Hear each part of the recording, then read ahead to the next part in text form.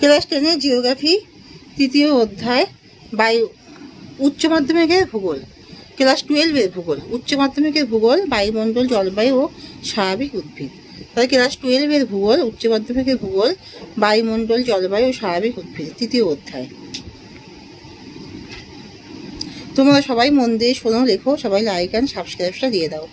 ক্যাম্পের ঘূর্ণাবাতের উৎপত্তিস্থল হলো উষ্ণ ভূপৃষ্ঠ। জেট বায়ু প্রধানত প্রভাবিত হয় ঊর্ধ্ব স্ট্র্যাটোস্ফিয়ারে।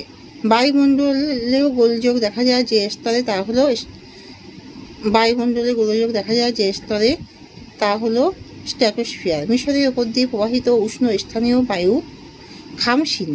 গ্রিন হাউস গ্যাসগুলির মধ্যে সর্বাপেক্ষা গুরুত্বপূর্ণ কার্বন ডাই অক্সাইড। ঘূর্ণাবাত এক ধরনের আকস্মিক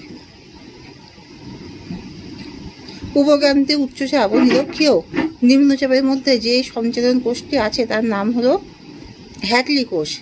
ফেরেল কক্ষ কোন বায়ুপ্রবাহের অন্তর্গত? পশ্চিমা বায়ু। ভোপাল গ্যাস দুর্ঘটনায় নির্গত গ্যাসটি হলো MIC। পৃথিবীর সর্বাধিক টর্নেডোর উৎপত্তি ঘটে পেরেরি অঞ্চলে। ফ্রান্সের রোন উপত্যকায় প্রবাহিত শীতল স্থানীয় বায়ু হলো মিস্টাল। ঘূর্ণাবাতে চক্ষু দেখা যায় ক্রান্তীয়। শেলফা জলবায়ু হলো নিরক্ষীয়। প্রতিভা ঘূর্ণাবাতে উৎপত্তি ঘটে উচ্চ অক্ষাংশে। বায়ুমণ্ডলের বিপর্যয়ের উদাহরণ হলো ঘূর্ণাবাত। আন্তর্জাতিক ওজোন স্তর সুরক্ষা দিবস পালিত হয় 16 সেপ্টেম্বর। উষ্ণ আর্দ্র জলবায়ুতে মাটি গঠনের হার হয় দ্রুত। বোলসন দেখতে পাওয়া যায় আমেরিকা যুক্তরাষ্ট্রে। হ্যাডলি কোষের অবস্থান 0 ডিগ্রি থেকে 30 ডিগ্রি উত্তর ও দক্ষিণ অক্ষাংশে। বায়ুমণ্ডলে কোন স্তরে ওজন পাওয়া যায়? স্ট্র্যাটোস্ফিয়ারে। যে সীমান্ত বরাবর উষ্ণ বায়ুপুঞ্জ শীতল বায়ুপুঞ্জকে ঠেলে এগিয়ে চলে তাকে কি বলে? উষ্ণ সীমান্ত। মিস্টাল কি?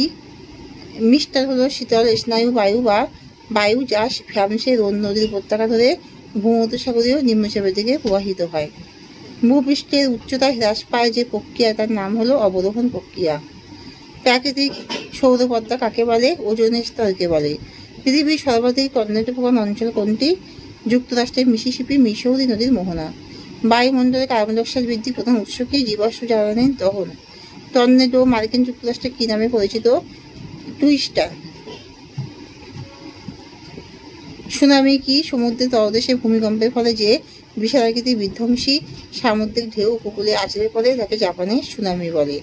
প্রাকৃতিক সৌরপদ্মা কাকে বলে? পৃথিবীর জীবজগৎকে অতিবেগুনি রশ্মির ক্ষতিকর প্রভাব থেকে ছাতার মতো রক্ষা করে বলে ওজোন স্তরকে পৃথিবীর প্রাকৃতিক সৌরপদ্মা বলে। এখানে শেষ করছি।